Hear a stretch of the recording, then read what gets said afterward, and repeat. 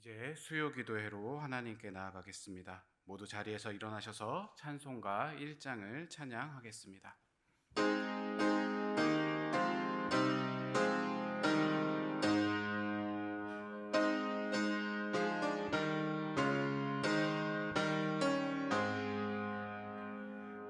만복의 근원 하나님, 온 백성 찬송 드리고, 저 천사여 찬송하세. 찬송 성부 성자 성령. 아멘. 사랑이 많으신 하나님, 오늘도 우리를 수요 기도회로 불러주시고 찬양과 기도와 말씀으로 주님 앞에 나아가게 하심을 감사드립니다. 오늘도 주님 말씀 앞에 겸손히 나아가는 귀한 시간 되게 하여 주시고, 주님의 은혜가 우리의 삶 가운데 온전히 함께하여 주님과 동행하는 하루하루가 되도록 인도하여 주옵소서. 오늘 예배를 통하여 주님의 뜻을 알게 하시고 세상과 구별되어 그리스도인으로 주님께 영광이 되는 귀한 삶을 살아가게 하옵소서. 감사드리며 이 모든 말씀 예수 그리스도의 이름으로 기도드립니다. 아멘. 자리에 앉으셔서 찬송가 144장 찬양하겠습니다.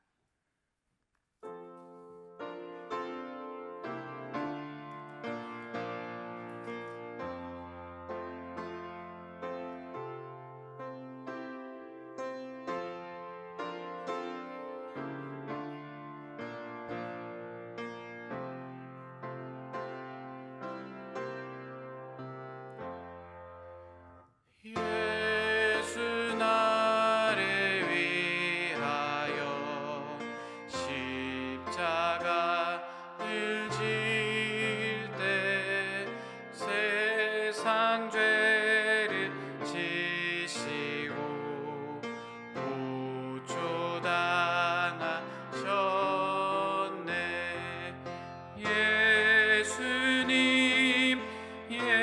예수님 나의 죄 위하여 보배 피를 흘리니 죄인 받으소서.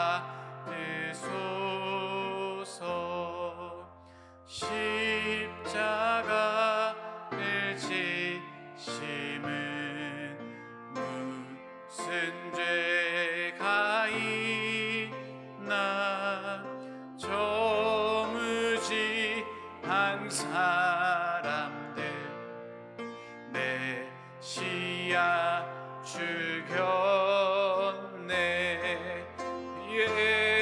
예수님 나의 죄 위하여 보배 피를 흘리니 죄인 받으소서. 피와 같이 붉은 죄 없는 이가 없네.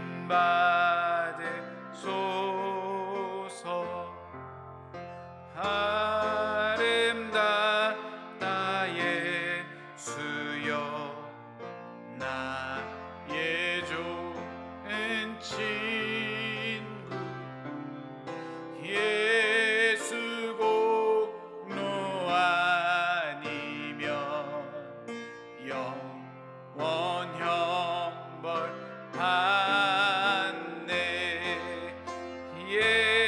예수님 예수님 나의 죄 위하여 보배 피를 흘리니 죄인 받으소서.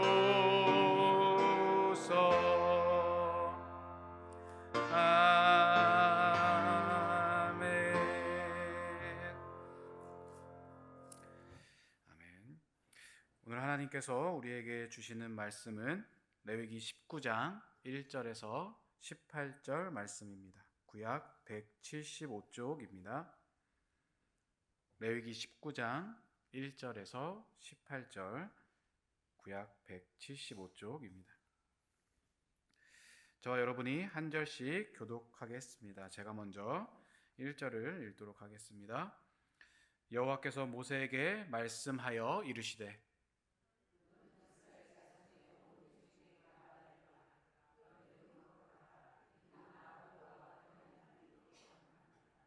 너희 각 사람은 부모를 경외하고 나의 안식일을 지키라. 나는 너희의 하나님 여호와이니라.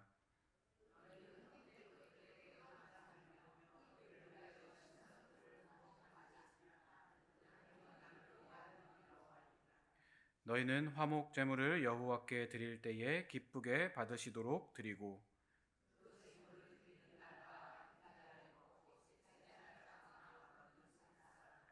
셋째 날에 조금이라도 먹으면 가증한 것이 되어 기쁘게 받으심이 되지 못하고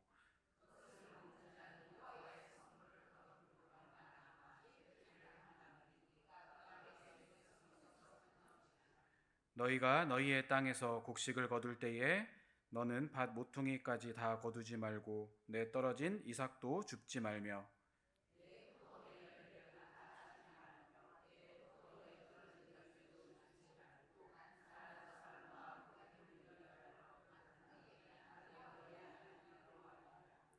너희는 도둑질하지 말며 속이지 말며 서로 거짓말하지 말며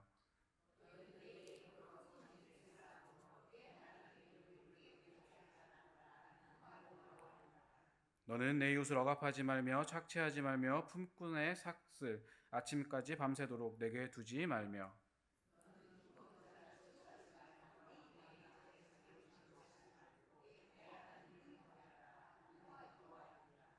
너희는 재판할 때에 불의를 행하지 말며 가난한 자의 편을 들지 말며 세력 있는 자라고 두둔하지 말고 공의로 사람을 재판할지며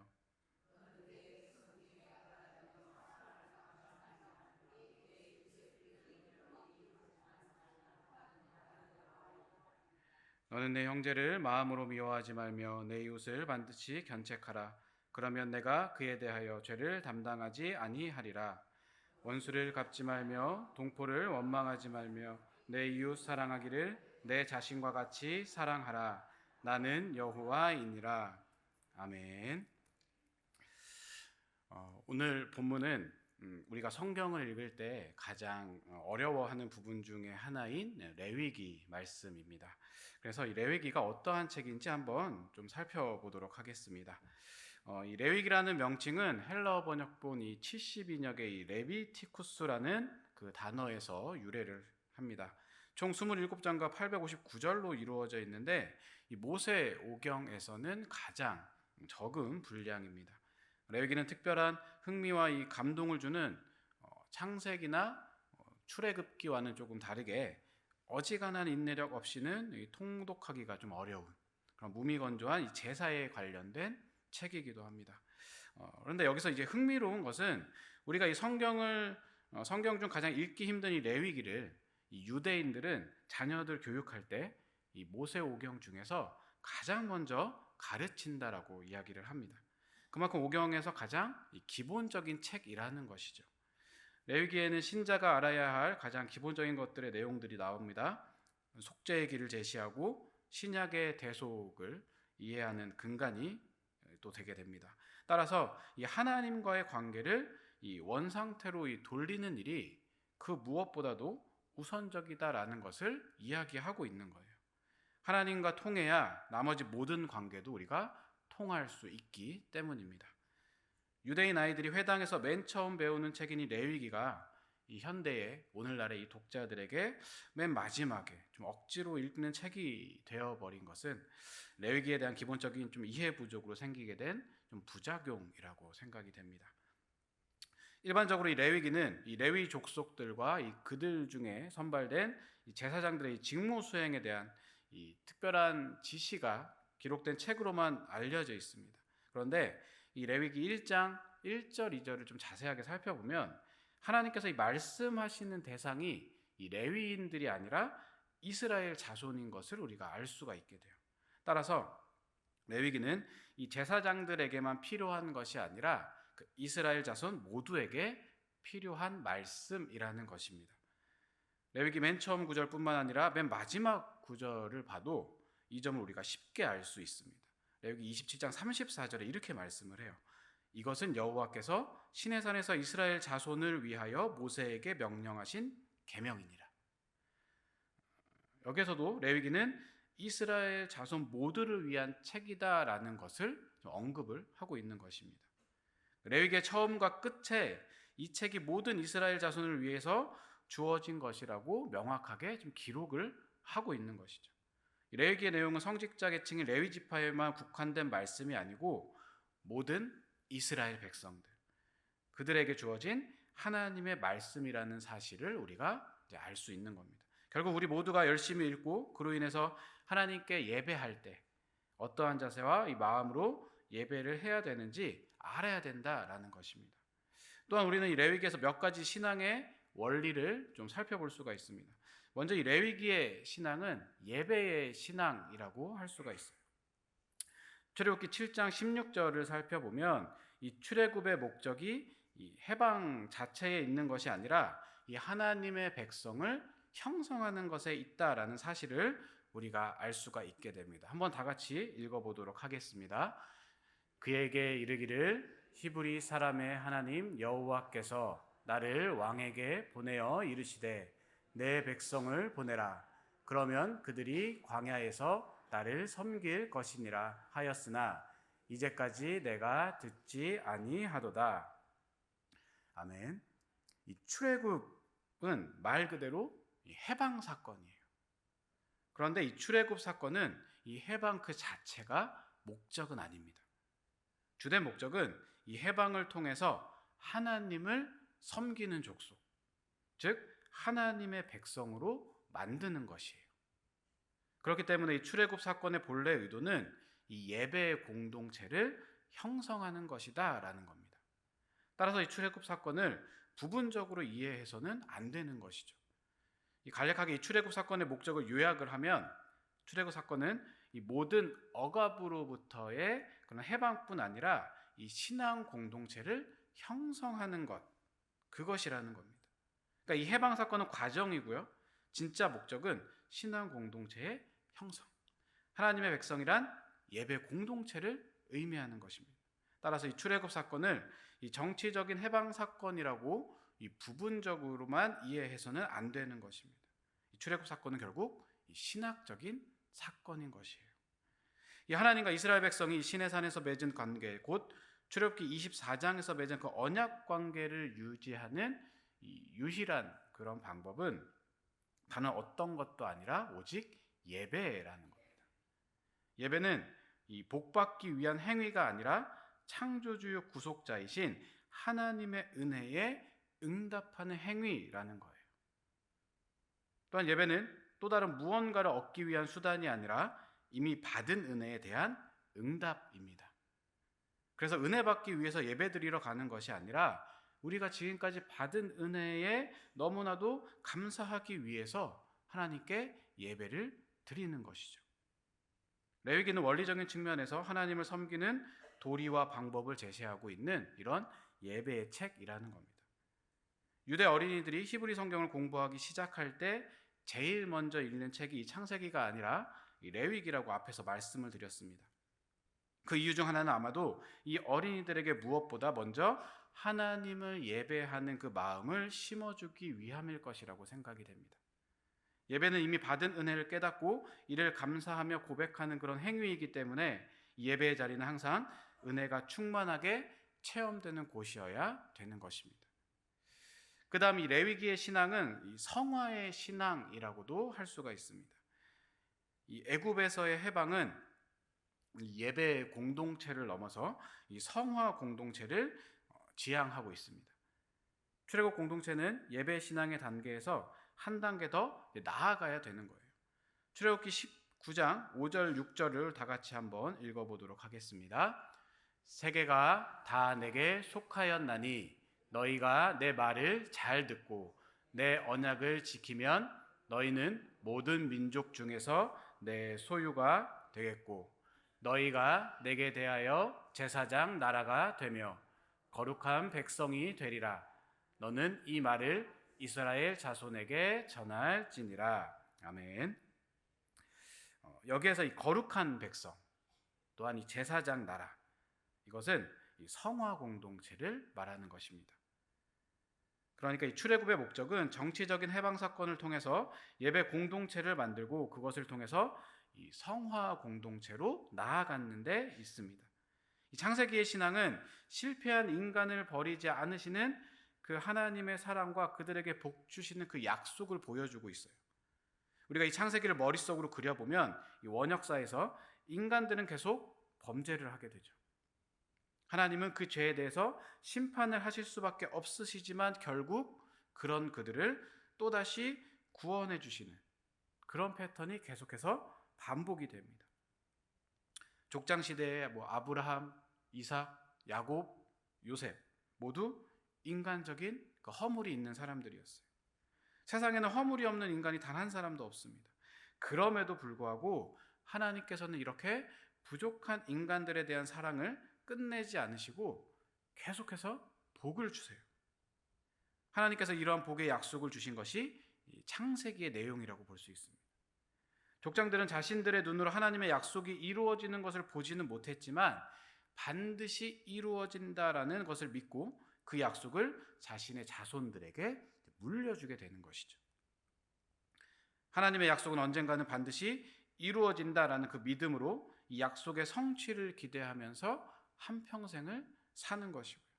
당대의 성취를 맛보지 못해도 그 이후 후손의 때에는 반드시 성취될 것이다.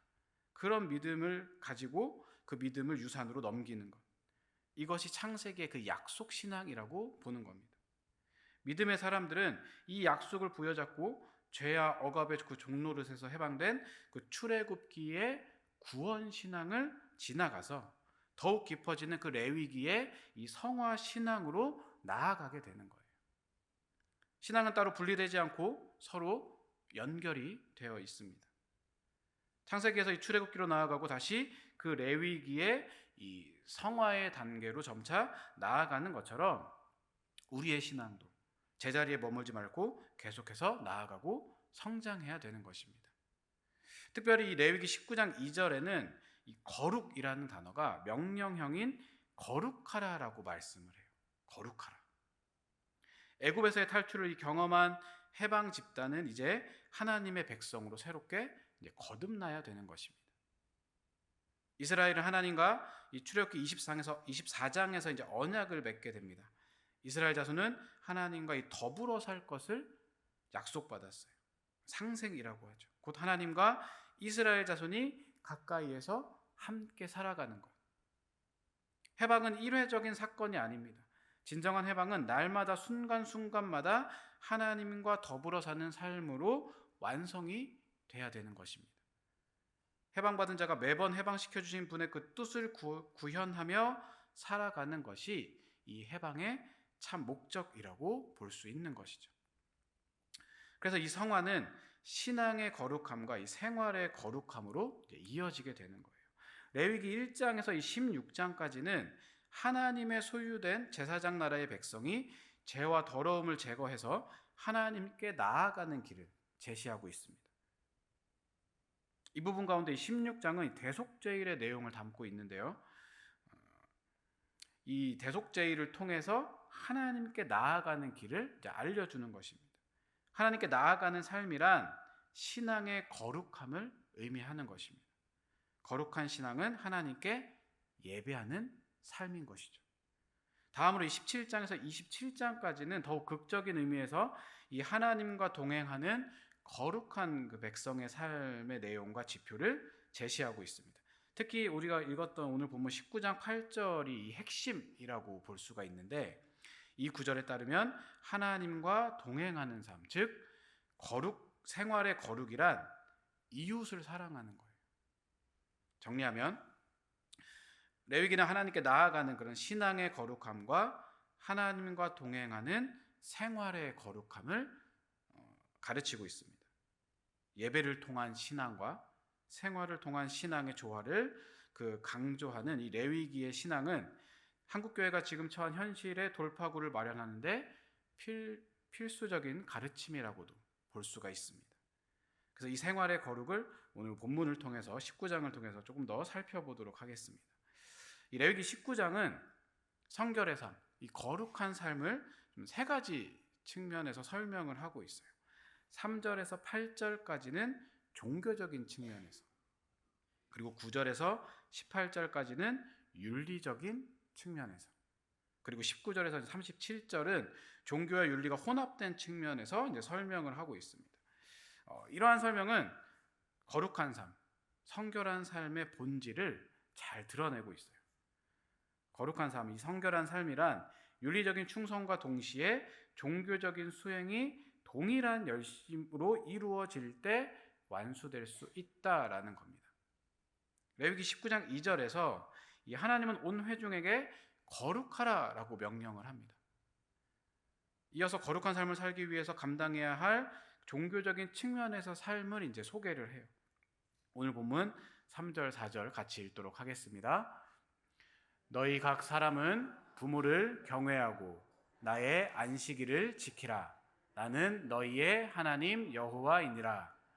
너희는 헛된 것들에게로 향하지 말며 너희를 위하여 신상들을 부어 만들지 말라. 나는 너희의 하나님 여호와이니라. 아멘. 이렇게 종교적인 측면에서 삶을 서로 소개를 하고 있고요. 이어지는 단락에서는 거룩한 삶을 위해 윤리적인 삶을 살아야 한다라고 강조를 합니다. 이 단락에 속한 몇몇 본문을 좀 살펴보도록 하겠습니다. 거룩한 삶을 위해서 해야 할 일을 다음과 같이 소개를 해요. 9절과 10절 다 같이 읽어보도록 하겠습니다. 너희가 너희의 땅에서 곡식을 거둘 때에 너는 밭 모퉁이까지 다 거두지 말고 내 떨어진 이삭도 줍지 말며 내 포도원의 열매를 다 따지 말며 내 포도원에 떨어진 열매도 줍지 말고 가난한 사람과 거류민을 위하여 버려두라. 나는 너희의 하나님 여호와이니라. 아멘.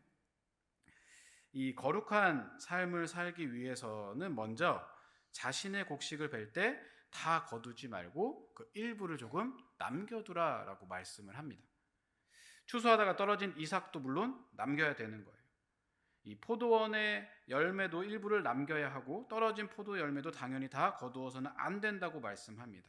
그러니까 이 모든 것들은 가난한 사람들과 또 그 땅에 빌붙어 사는 그 나그네들의 몫인 거예요. 이 추수하면서 일부러 이 수확의 일부를 남기는 것은 이때 당시 이방 민족들에게서도 볼 수 있는 그런 풍습이었습니다. 그런데 이방 민족들의 경우는 이 수확물을 남기는 행위가 그들이 믿고 따르는 그런 다산신에게 제물을 바치는 의식으로 간주가 되었어요. 의도적으로 곡식을 남겨서 이 풍요를 관장하는 그런 신들에게 음식을 바친다라는 겁니다. 그런데 이 레위기의 성결법전에서는 추수 때 곡식을 남기는 것이 신을 위해서 남기는 것이 아니라 가난한 자들을 위한 음식으로 돌려지는 것이죠.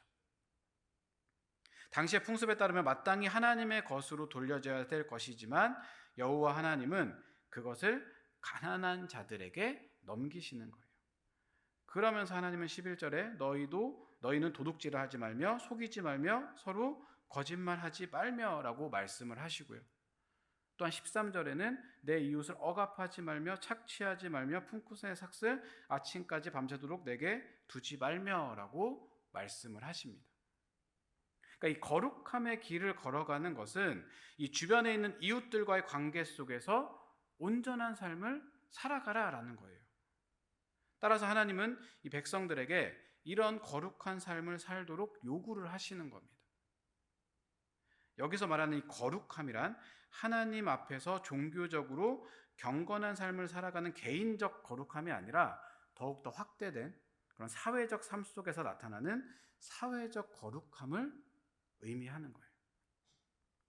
거룩함이란 결코 개인의 내면 상태가 아니라 대인 관계에서 정의롭고 공평한 관계를 유지하면서 살아가는 그런 삶의 태도를 의미한다라는 것입니다. 그러면서 17절 18절에서 거룩한 삶을 이제 간단하게 정의하는 거예요. 17절 18절 다 같이 읽어보도록 하겠습니다. 너는 내 형제를 마음으로 미워하지 말며 내 이웃을 반드시 견책하라. 그러면 내가 그에 대하여 죄를 담당하지 아니하리라.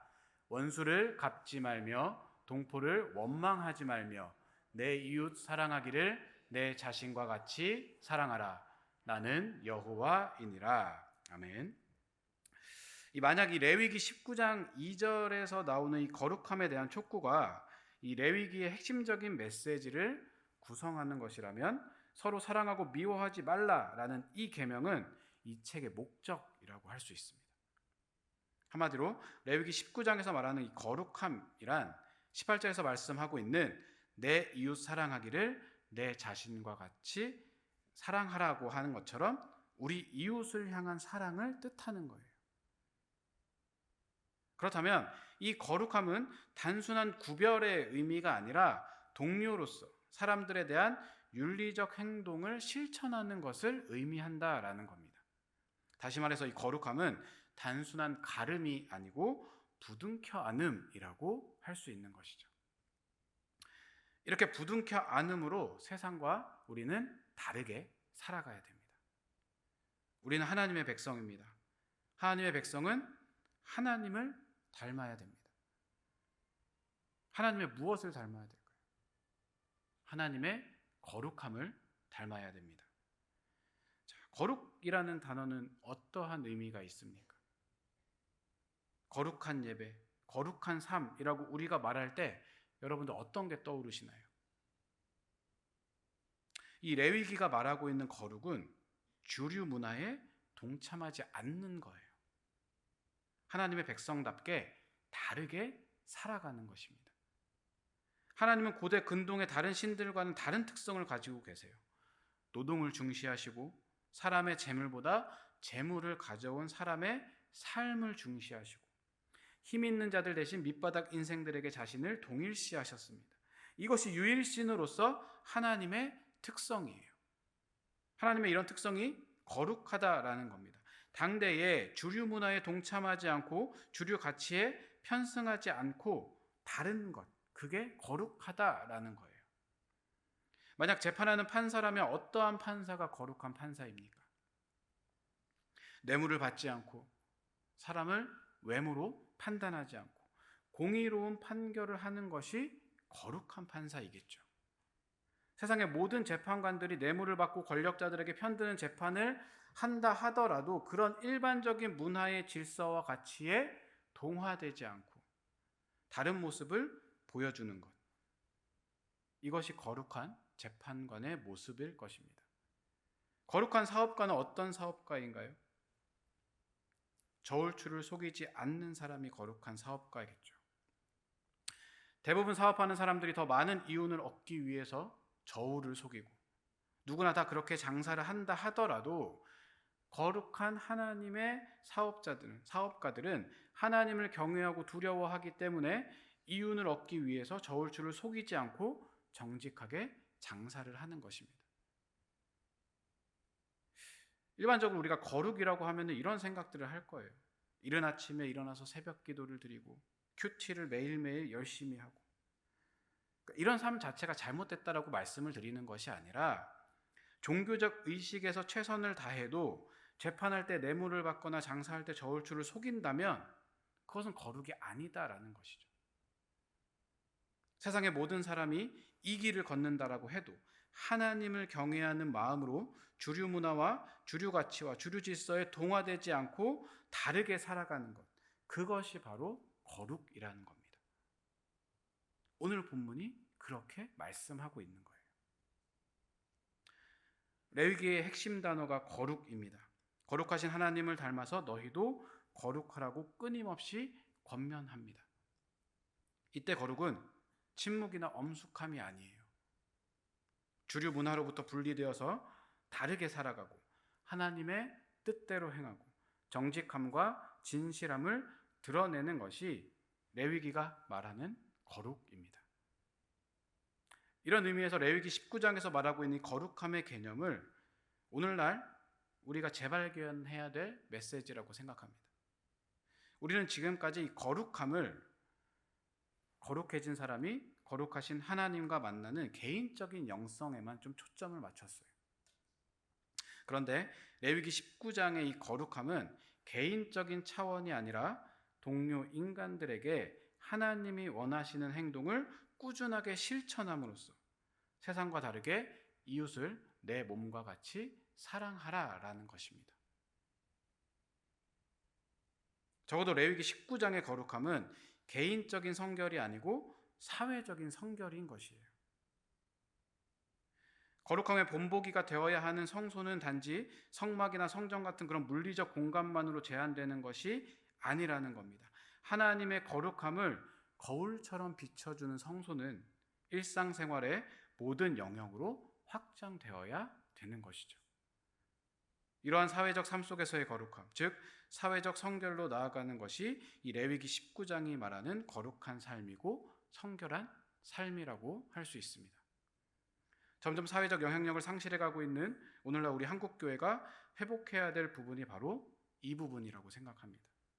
또한 그 한국교회 안에 속해 있는 우리가 회복해야 될 부분입니다. 하나님께서는 오늘 우리에게 분명하게 말씀하십니다. 너희는 거룩하라. 내 개인의 거룩함을 넘어서서 하나님께서 원하시는 그런 사회적 삶 속에서의 거룩함을 온전하게 지키고 그런 성결한 삶을 살아가는 우리 승리교회 성도님들이 될 수 있기를 간절히 소원합니다. 다 같이 오늘 주신 말씀을 좀 기억하시면서 함께 기도하도록 하겠습니다.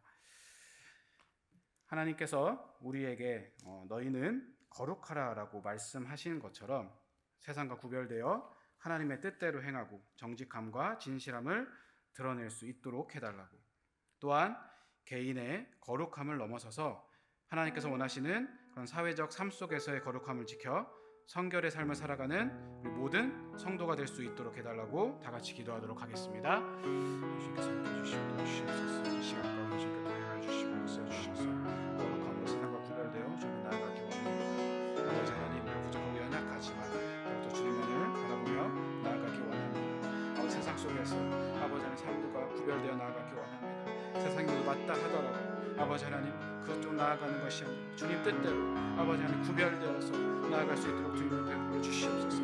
우리 삶 속에서 거룩함으로 나아가기 원합니다. 세상과 구별되어 주님 뜻대로 살아가기 원합니다. 아버지께 모든 것 맡깁니다. 부족하기 때문에 주 앞에 나아가기 원합니다. 아버지 하나님 도와주시옵소서. 주 역사해 주시옵소서.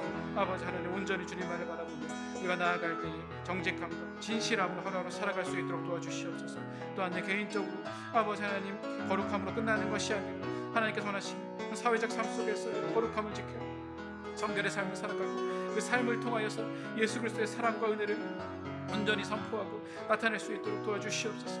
아버지 하나님, 우리 성도들 한 사람 한 사람의 삶을 붙잡아서 지켜주시고 인도해 주시고 역사해 주시고 그 모든 것들을 주 앞에 맡기며 나아가고 아버지 하나님 부족한 우리들 가운데에 주님의 동행해 주시고 임마누엘 하나님을 도와주셔서 고난 기간 가운데에 더욱더 주님의 고난에 동참하며 나아갑니다. 아버지 하나님 기도하며 나아갑니다. 아버지 함께 해주시고 역사해 주시고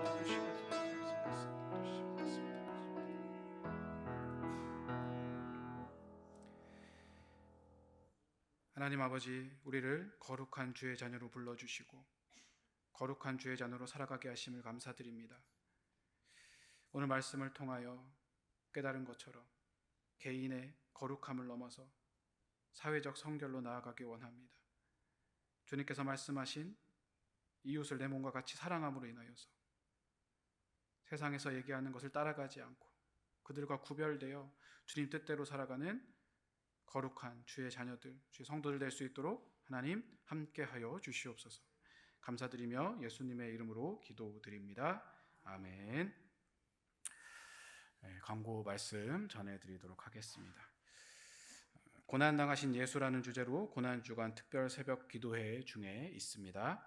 금요일까지 진행이 되니 주님의 고난에 동참하는 귀한 시간이 될 수 있기를 바랍니다. 또한 이번 주 금요 기도회는 성금요일 특별 예배로 드리게 됩니다. 또한 다음 주일은 부활주일이고요. 그다음에 이제 2025년 신앙 부흥 성회가 있습니다. 4월 21일부터 23일까지 또 다 함께 참여하셔서 주님의 은혜를 경험하고 주님께 영광 돌리는 귀한 시간 될 수 있기를 바랍니다. 2025년 국내 성지순례 모집 중에 있습니다. 4월 20일 주일까지 4층 사무실로 신청해 주시면 되겠습니다.